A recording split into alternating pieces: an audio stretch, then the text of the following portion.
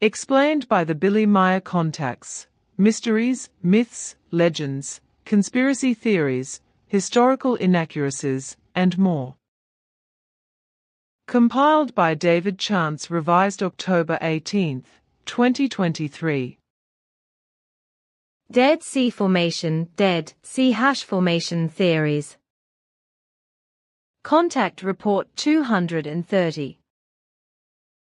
The Dead Sea is not really an ocean, but a salt lake without runoff with a lot of potash salt and bromine salt, whereby the total concentration is to be calculated with 33% in the so-called Jordan Trench.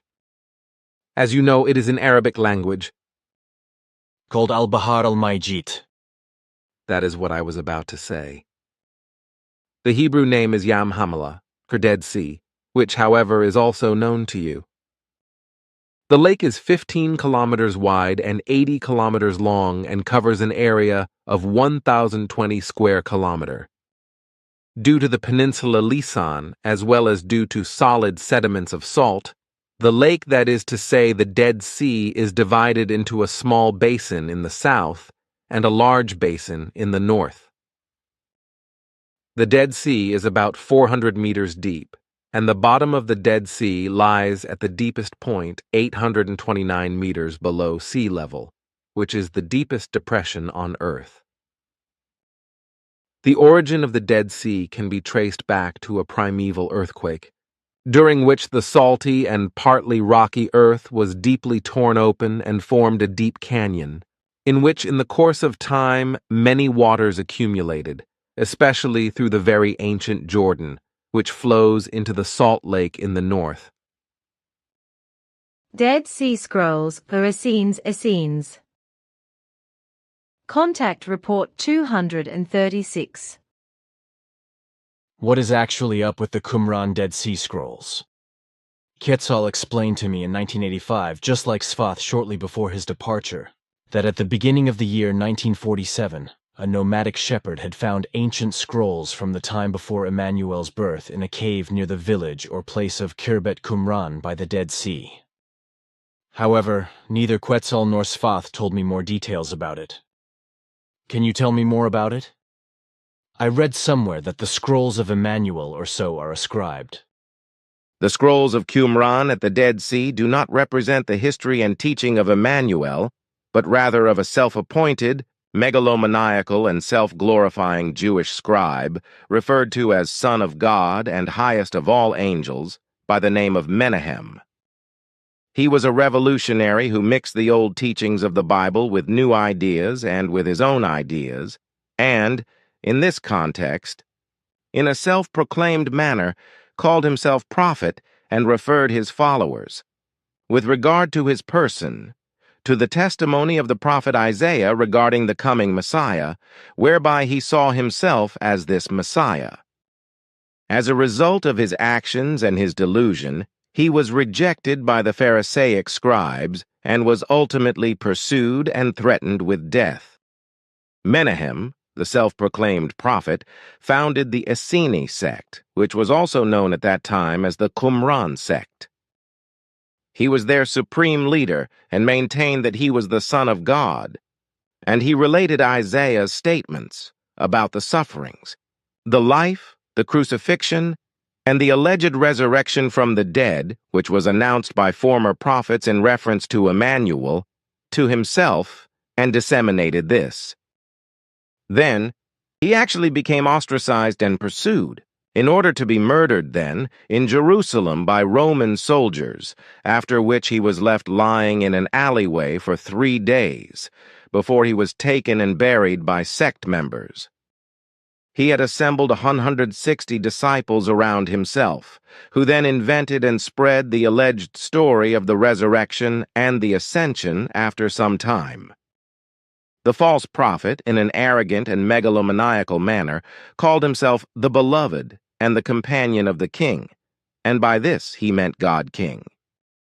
Thus, in his delusion, he presumed himself as the chosen Messiah and saw himself seated on the throne in the council of the gods and angels, so therefore also seated in heaven at the right hand of God.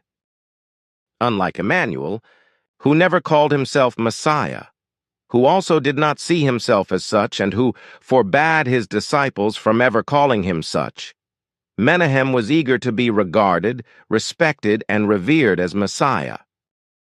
And when, in the future, it will be claimed by those who are ignorant that Emmanuel had received the teachings of Menahem, which will happen in the foreseeable time, it will not only represent falsehood, but also defamation and slander against Emmanuel and the true teaching. Emmanuel did not receive or continue on a tiny piece of the self-styled sect leader, for the truth is that the prophet Menahem, out of his own grace and as a stroke of fate, encountered the secret, old traditional teaching of the Spirit, which was reported to him in an oral manner. It was the true teaching, as taught by the ancient prophets, and then also taught by Emmanuel in the execution of his mission, and also in detail to certain parts, according to the instructions of Gabriel and several others who were involved in the affair. From this, it cannot and may not in any way be said in the coming time that Emmanuel had used Menahem's teachings for his own purposes. Such an assertion corresponds to a bad misrepresentation of the actual truth. In the coming time, a large number of books will be written about the Qumran scrolls, but these won't contain the facts, unfortunately, but rather untenable theories and assertions, etc.